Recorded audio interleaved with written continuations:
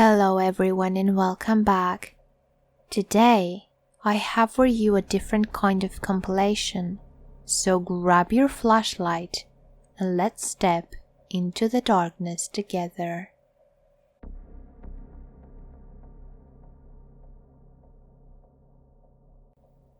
I recently met my great-uncle Charles for the first time in my life. We were at a family reunion in Mount Pleasant, Michigan. There must have been about 40 to 50 people that showed up to my aunt's house, where the gathering was held. I was extremely bored, and my dad dragged me to this. It was mostly people 50 and over, so the conversations were rather dull. Jimmy works here, and Tommy has 3 kids, or Billy did this. Old people bragging basically. I was watching the clock, waiting for this get the fuck out of there. I noticed an old man, probably 75 years old, at least, just sitting in a corner. No one was talking to him, and the more I watched, the more I noticed they were all avoiding him, like the plague. "Hey Dad, who's that?" "That's your great-uncle Charles. He killed an old lady back in 1979, but he got out of going to prison for being completely insane." My father shook his head. I thought for a minute and decided, what the hell? Sounds like the most interesting person to talk to, right? I made up my mind and walked over to him and greeted him with my hand out. "Hey Uncle Charles, how are you? I'm your nephew Kevin." I tried to be cheery. He didn't look up at me or anything, just kept staring ahead. I didn't even think he was breathing until finally I saw his chest inhale very slightly. I thought I'd just come over and introduce myself, so you have a good day, Uncle Charles, I said, walking away a little disappointed. I got maybe 2 steps when I finally heard him speak. "Boy, come here," he said with a deep rumbling voice. I turned back and noticed he was finally looking at me. He definitely looked tired and very old. He's seen better days, that's for sure. "Hey, I just wanted to talk to you about something, if that's okay." I still tried to keep my cheery attitude. "About Edna, right?" He had so much sorrow in his eyes, I actually felt bad for him. Not sure who Edna is, but I was wondering about something that happened back in 72? I asked, hopeful. "Yes, Edna. I have told this story many times. No one believes me though. It is becoming pointless to explain myself." "Uncle Charles, I would like to hear about it. I am not as judgmental as everyone else, and would like to listen to your story." I tried to comfort him. "Yes, okay, I'll tell you. I may never get another chance to get someone to believe me." He took a sip of water. "This is where I'm going to start telling the story in the words of my uncle. I'll let you decide if you think he is crazy or if this really happened to him. This was a long time ago, 45 years or so, back when we didn't have all of this technology stuff you kids have to video record everything. I had no way of proving I was telling the truth, and everything I'm about to tell you is completely true. I was seeing this beautiful girl named Edna. She was tall, slim, had beautiful red hair, and was every bit as kind as she was beautiful. I finally worked up the nerve to ask her out after talking to her for a month or so, and to my surprise, she said yes. We quickly fell in love. Life was wonderful and seemed as if I found the woman I was going to spend the rest of my life with. That is, until she started sleepwalking. The first incident was just weird, but it didn't frighten me at all. I just calmly walked her back to bed, and that was it. After the first few times, things started to just get creepy, and I knew something was wrong. The last night that actually scared me to death was a night I'll never forget. This was around 3 in the morning. I woke up to Edna into the back of my neck. At first, I thought she was just in a deep sleep and trying to cuddle up to me.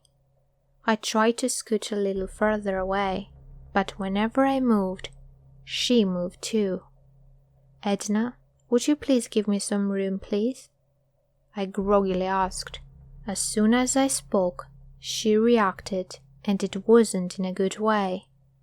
Her breathing increased to rapid short pants, and it had a bit of a wheezy to it. I rolled over and I nearly shit my pants with what I was met with. Edna's eyes were as wide open as any human could open them, maybe even wider than they usually should have been able to open. She also was smiling wildly, like she was actually in pain from how far the corners of her lips were being stretched. "Jesus Christ!" I hollered and jumped back, falling off the bed. I sat there stunned, you know. I was not expecting that at all. As I sat there, with my heart beating out of my chest, I started to hear the bed slightly creak. I don't exactly know why, but I was beyond terrified. She just looked off. Slowly, her head poked over the edge of the bed. God, did she look terrifying. She looked pure evil, and I just knew deep down this was not Edna. "Ed?" I barely whimpered, looking for her to maybe laugh like she was joking. Her response sent chills down my spine. She slowly shook her no and started to open her mouth. I swear I could hear her skin stretching as she opened her mouth wider and wider. I knew something was terribly wrong. No one on earth can open her mouth as wide as she did that night. "Fuck!" I shouted and jumped up, running out of that room. I was so afraid I was tripping and stumbling over everything as I tried to get away. I could also hear her getting off the bed. I ran into the bedroom at the end of the hall and closed the door as quietly as I could. This was the room where I kept my guns, so I quickly grabbed the nearest rifle. I always kept my bullets in the closet, so I quickly loaded the gun. I knew it sounds crazy to prepare to shoot the love of my life, but I'm telling you now, this was not her. Once I was in the closet, I slowly closed the door and peered out those little blind type of things. It was pitch black, and I could hear nothing. I couldn't hear her footsteps at first, only the sound of my own heart racing. "Charles." The voice made my skin crawl. It was a whole different voice than Edna's. It sounded like a distorted child's voice. It was talking in a very low tone. Then I heard her giggle. At this point, I was in tears. What in the fuck was in my dear Edna? My heart races as I knew that one squeaky board in the house. She was getting closer. I held my rifle tightly and prayed to God. I prayed that He cast out whatever was in my Edna and that she would be free from this demon. "God can't help her, Charles, or you," she said, and it followed by a soft giggle. I could hear her getting closer as her feet snuffled quietly through the dark house. Then the door to the room creaked open.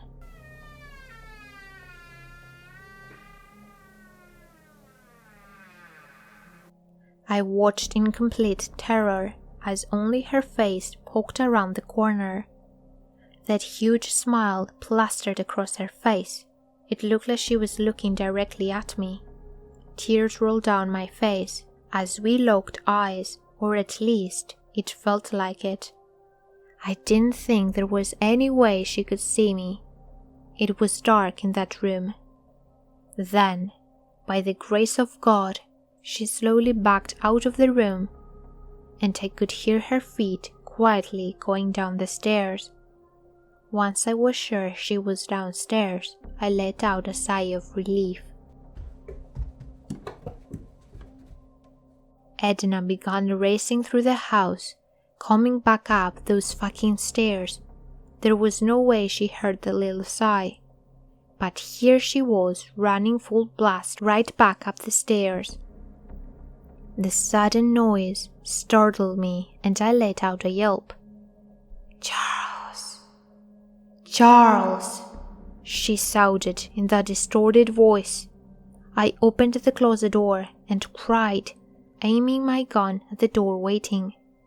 Once she got up the stairs, all of the noise stopped and I could see the dark outline of her body behind the corner of the wall. She was just standing there.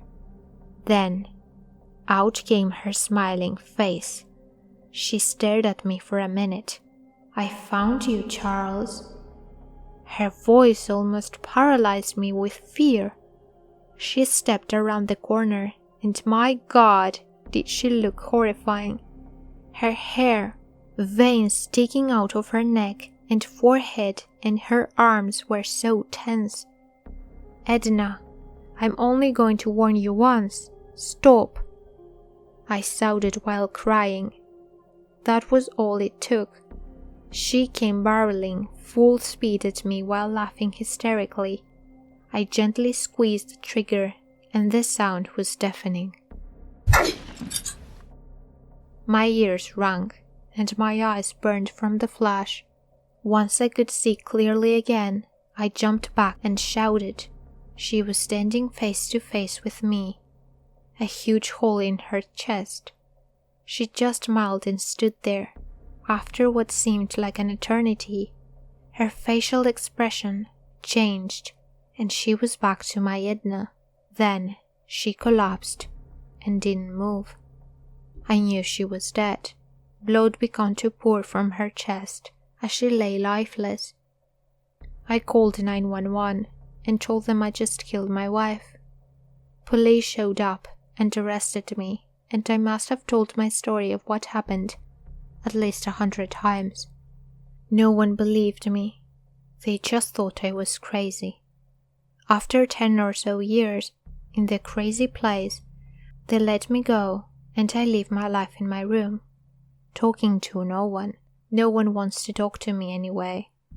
This has ruined my life. At this point, he was done with his story and sat like a stone. Was he telling the truth? Did he take drugs or anything? All I know is this has ruined his life, and I hope to God I never am put in this situation. If I was, I probably would have shot too, honestly. So let me know what you guys think. Is he crazy?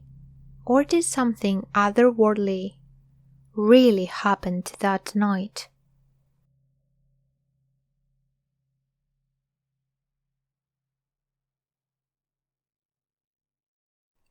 Hi. The first time I saw you, I was surprised I could see you. You had a small turtle in your hands. You kept calling it Michelangelo, which I assumed was a nod to the Ninja Turtles. You tossed your long brown hair behind your back and knelt down to place the turtle on the ground. You were excited to see it wobbling on the grass. It reminded me of my cat and how I used to play with him when I was your age. I witnessed your entire childhood from my small window.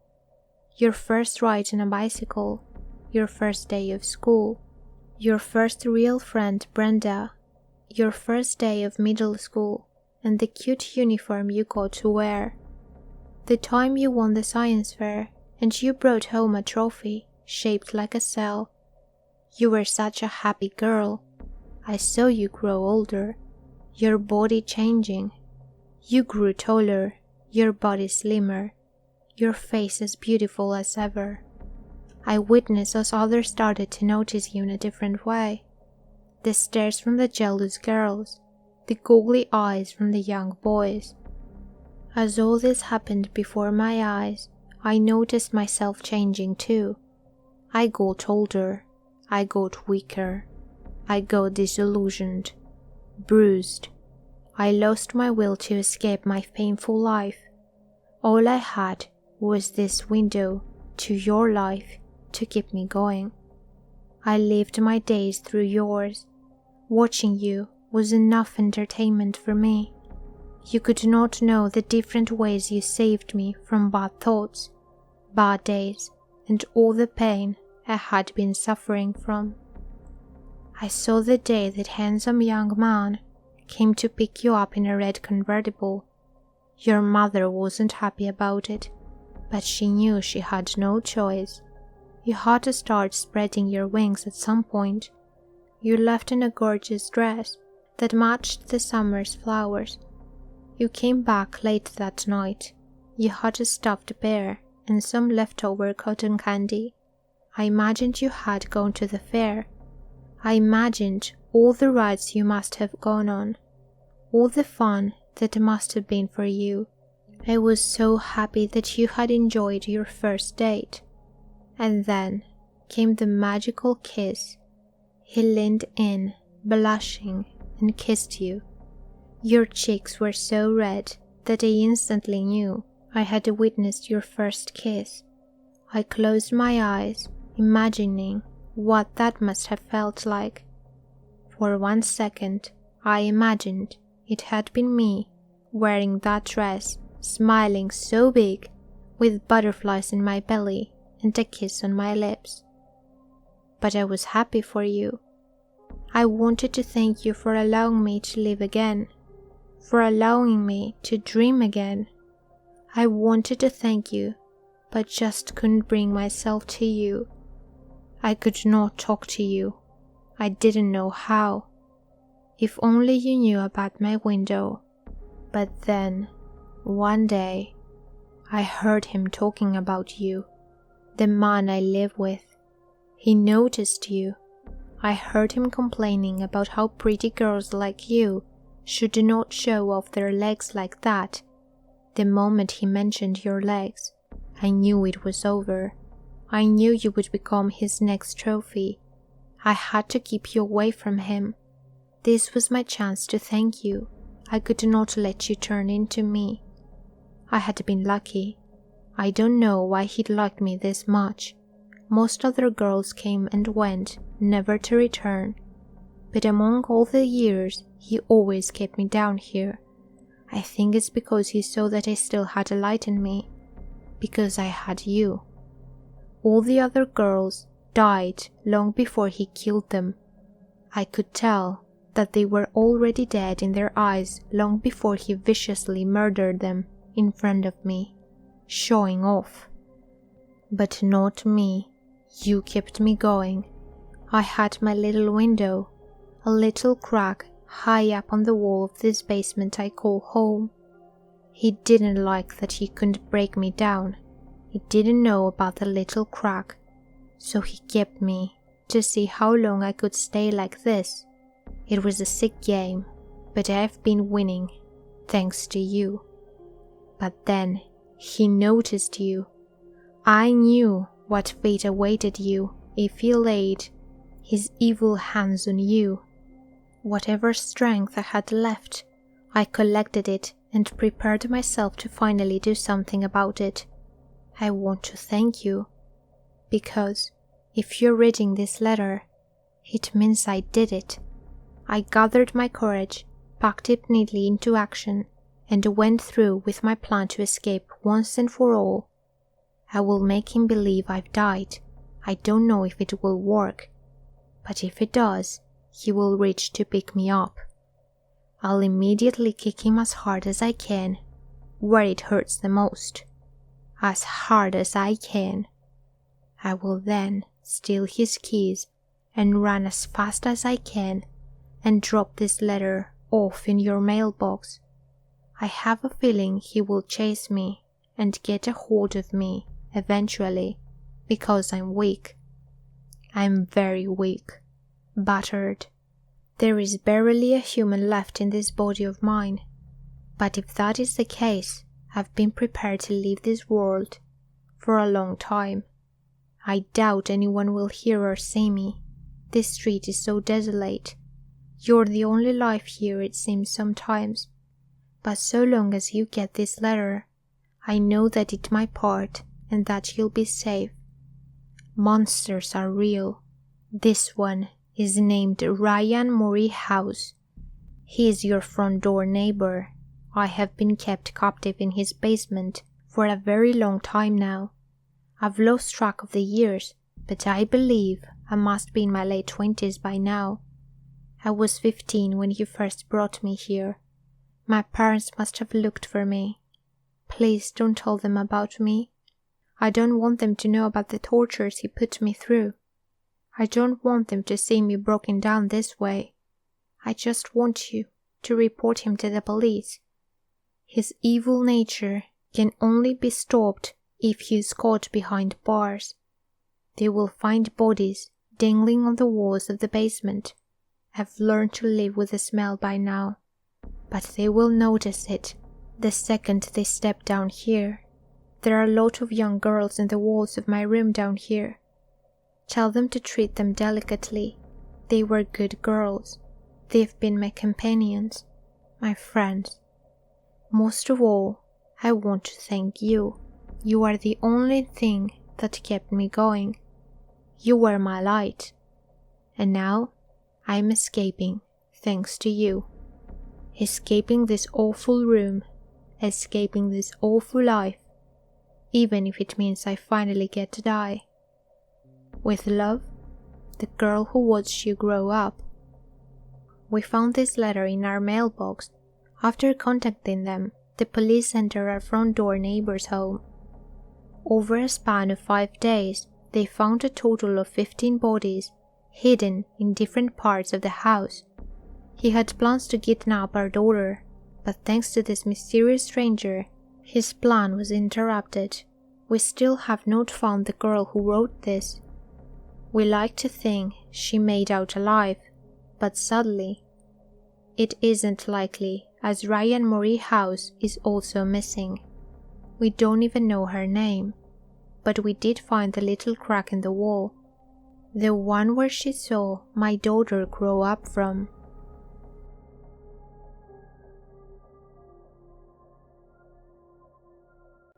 When my friends got a Facebook invite from Darren White, I was pissed I didn't get one.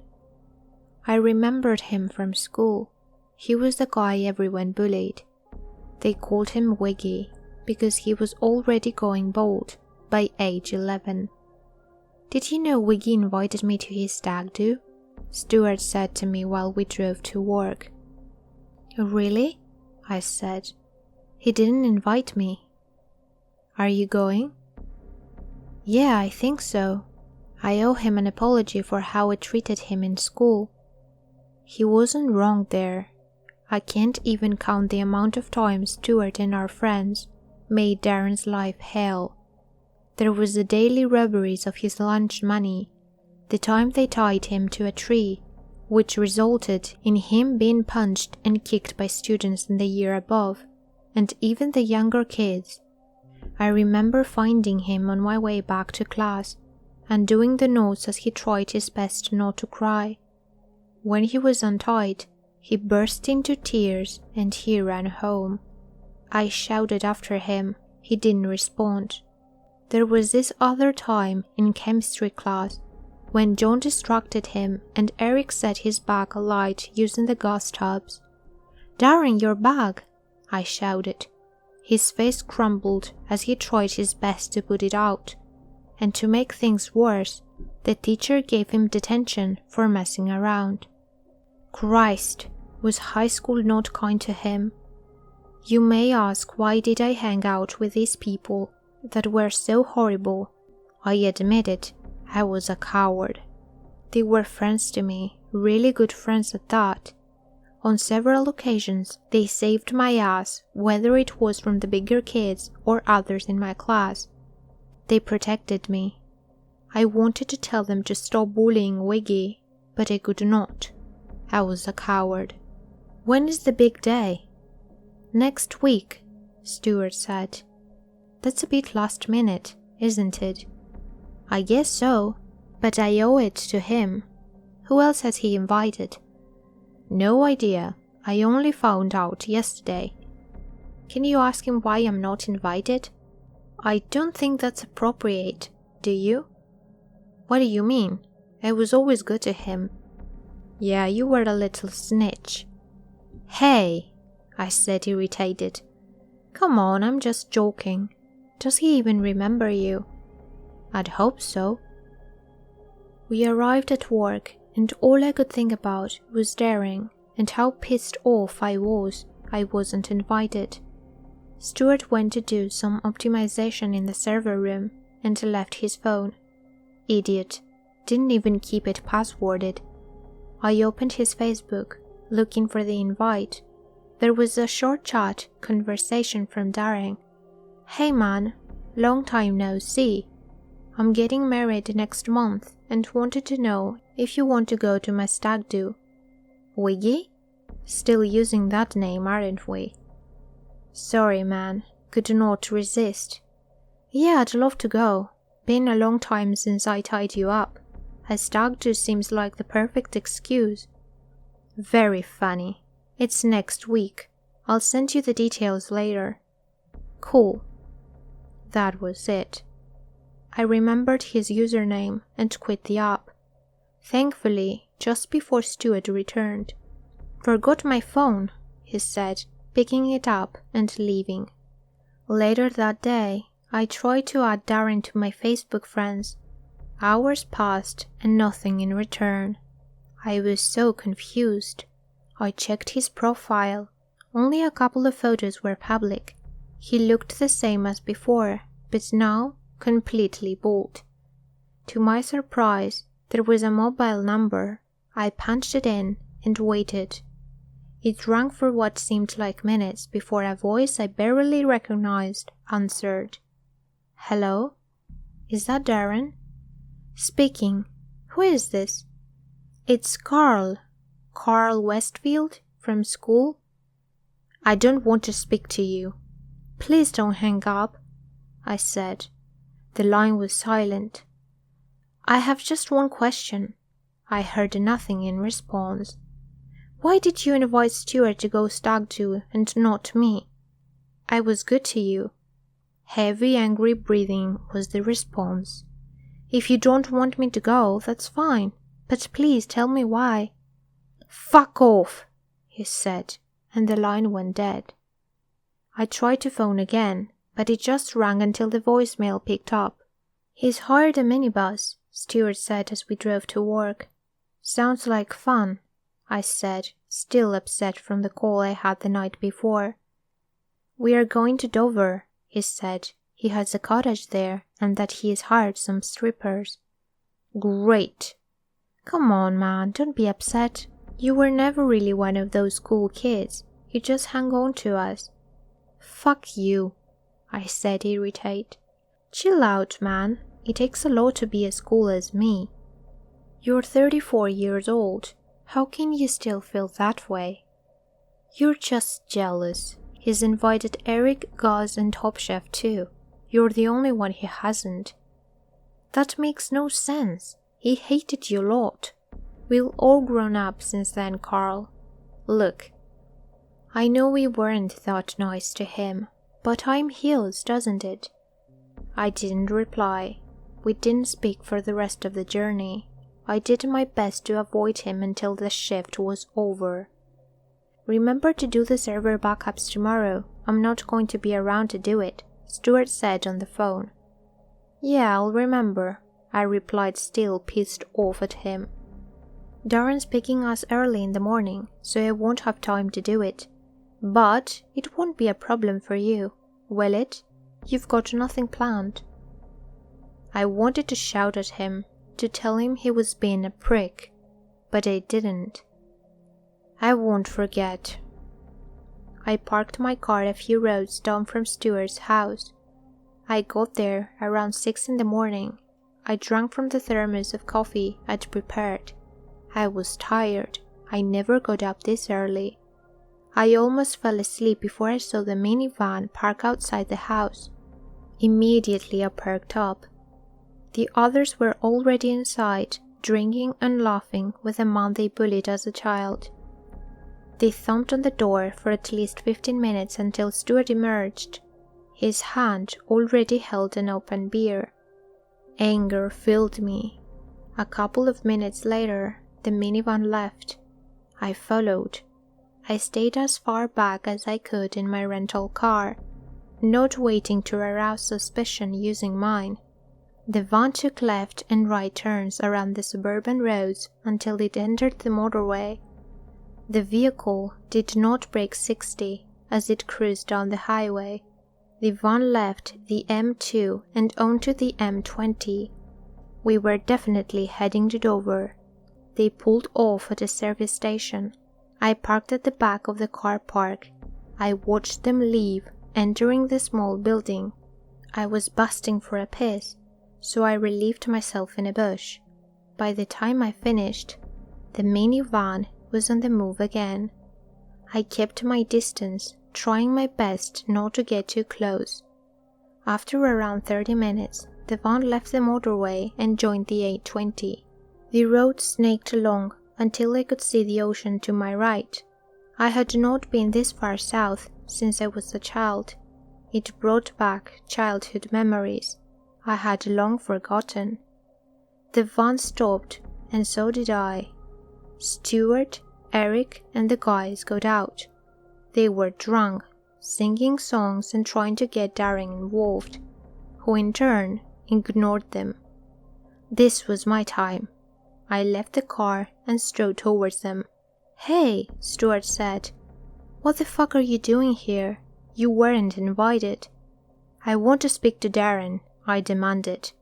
They swarmed around me and said, "He doesn't want you here. Do you know what he called you? A coward. Eric, please let me talk to him." Darren left the vehicle. "What the fuck are you doing here?" he asked. The rest of them laughed. "I don't understand. Why did you invite them? I was the only one who ever looked out for you." He shook his head. "Please leave, Carl." "What did I do?" I asked. "Fuck off and go home, please." His face was serious. It was obvious he'd not been drinking. "I hate you. You know that, right?" Everyone laughed again. "Enough sightseeing. Get back in the van," he demanded. When he stared back at me, his face appeared sad and lost. "Go check my Facebook," he said to me one last time, and got in the van. The others followed. Confused and upset, I returned to the car to see the van pull away. I sat for what seemed like ages, staring down at my phone. I was angry at Darren. I was never Darren's friend, but it was me that untied him from the tree. It was me that stopped his bag from going up in flames. Always me, but his hate. It was aimed at me. I unlocked my phone and navigated to his Facebook page. "Today is a great day," it started, and that made me more upset. "Today is the day I get my vengeance. Today I right the wrongs that have bothered me since I was a child. I love my family and I love you all." Beneath the post, comments asked if he was okay and to not do anything stupid. Before I finished reading, I heard distant screams. I started the car and raced forward.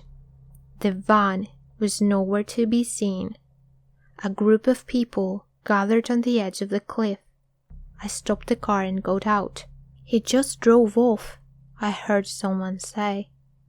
I approached the edge. My stomach dropped as I saw the white minivan in flames on the beach below. I realized why he didn't invite me. He wasn't getting married. It was his vengeance. It was his closure. Hey there, and thank you so much for listening.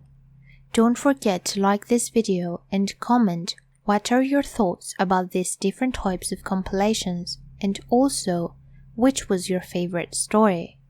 And I will see you all in my next video.